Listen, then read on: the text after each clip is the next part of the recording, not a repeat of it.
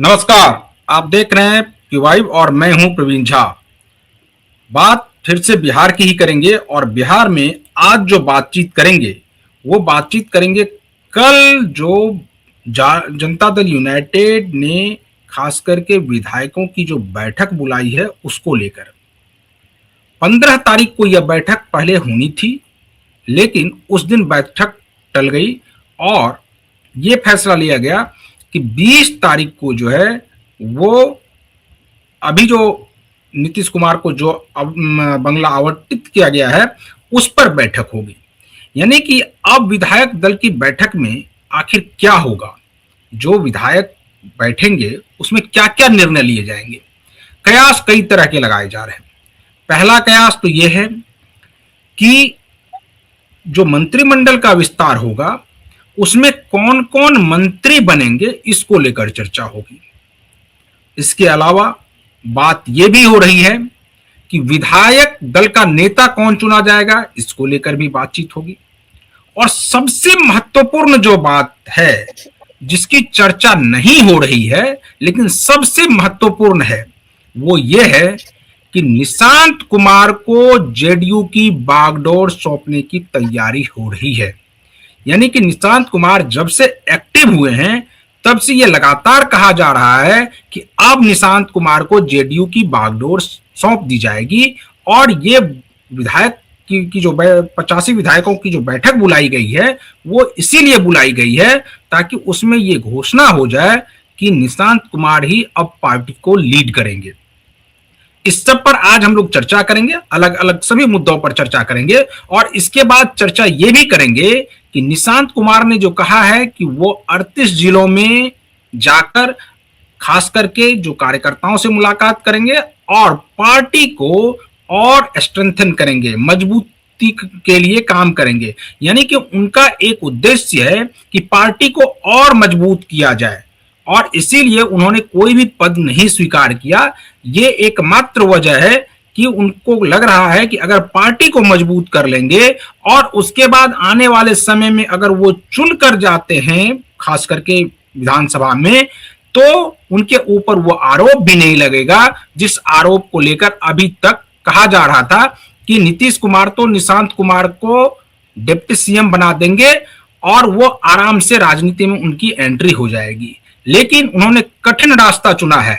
वो लगातार बिहार की सड़कों पर चलेंगे, पदयात्रा करेंगे, यात्रा करेंगे और उसमें अपने आप को एक प्रकार से राजनीतिक कार्यकर्ता के रूप में अपने आप को पहले वो बनाएंगे और उसके बाद वो कोई चुनाव लड़ेंगे ताकि उनके ऊपर जो ये आरोप लगने वाला था कि वो भी परिवार से ही आए हैं, यानी निशांत कुमार की विरासत, नीतीश कुमार की विरासत को संभालने के लिए आए हैं, इसीलिए कि उनके पास तो एक प्रकार से पहले से बैकअप है तो वो आ जाएंगे। उनके ऊपर वो अपने ऊपर ये आरोप नहीं लगने देना चाहते हैं कि वो नीतीश कुमार के बेटे हैं इसीलिए वो राजनीति में आए हैं। उनका मानना है कि वो नीतीश कुमार के बेटे जरूर हैं लेकिन वो अपने बलबूते आना चाहते हैं। इसी सब पर आज चर्चा करेंगे और चर्चा में हमारे साथ वरिष्ठ पत्रकार संजीव प्रियदर्शी जी जुड़े हुए हैं। संजीव जी, क्या आपको लगता है, मैं जिस चीज को लेकर लगातार कह रहा हूं कि निशांत कुमार अपने ऊपर वो आरोप नहीं लगने देना चाहते हैं कि वो नीतीश कुमार के बेटे हैं इसीलिए वो राजनीति में आ गए हैं और उनको सब कुछ मिल जाएगा। वो चाह रहे हैं कि वो बिल्कुल जमीनी स्तर से अपनी राजनीति की शुरुआत करें और अगर उसमें उनको शिखर पर तक वो पहुंचते हैं तब फिर कोई मतलब उनको नहीं लगेगा ऐसा कि वो नीतीश कुमार के बेटे थे इसीलिए वो पहुंच गए। नमस्कार आपको और आपके दर्शकों को भी। देखिए, अंत तक निशांत तो मान गए थे उप मुख्यमंत्री बनने के लिए जैसे कि सूचनाएं आ, लेकिन नीतीश जी ने ही रोक लगा दी। नीतीश जी ने कहा निशांत को कि कठिन रास्ता चुनो, लोगों के बीच जाओ, डायरेक्ट सरकार में आना जो है वो ठीक नहीं होता है। ये निशांत जी को जो गुरु दक्षिणा जो दी है ये नीतीश जी ने दी और निश्चित रूप से जितना अनुभव नीतीश जी के पास है, देखिए एक पॉलिटिक्स का अनुभव होता है, एक बिहार के लोगों की एक सोच को समझना, नब्ज पे हाथ रखना, वो तो नीतीश कुमार के पास है, वो गुण तो है। इससे कोई इनकार नहीं कर सकता।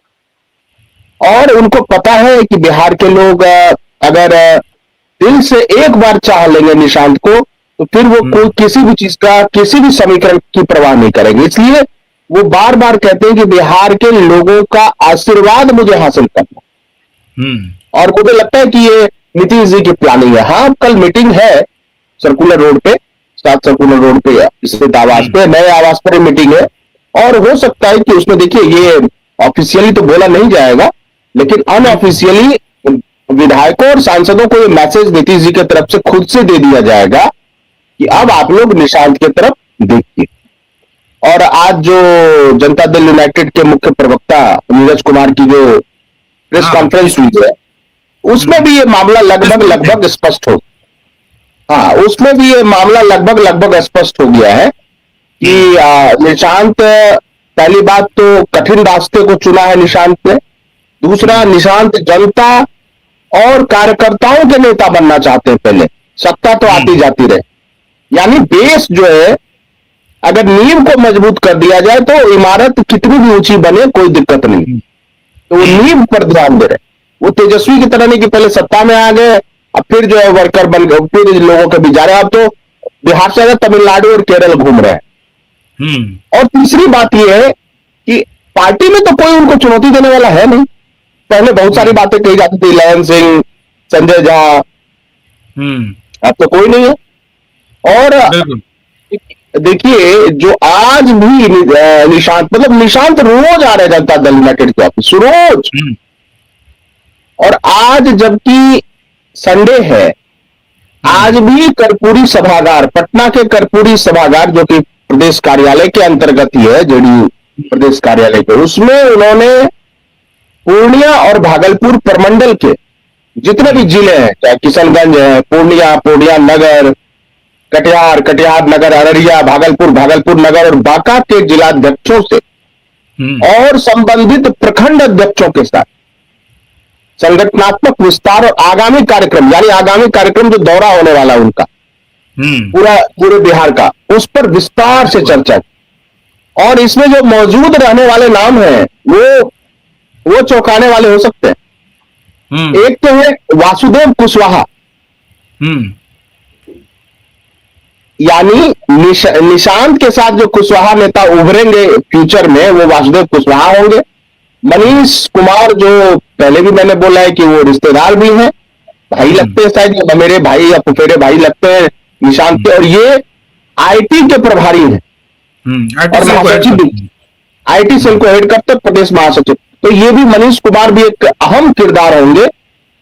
मुझे लगता है ये दो जो है हमेशा उनके साथ नजर आते हैं। चेतन आनंद भी नजर आते, लेकिन आज चेतन आनंद नहीं। तो बिल्कुल, ये दो, आज भी शायद चेतन आनंद थे उसमें नहीं, उनका नाम जो जेडीयू ने जो प्रेस रिलीज दिया है, उसमें उनका नाम, हाँ, देखिए होंगे तो कई नेता, लेकिन जेडीयू ऑफिशियली किसका नाम अनाउंस करती है, उससे पता चलेगा कि निशांत अपने इर्द गिर्द किन लोगों को पसंद करते हैं।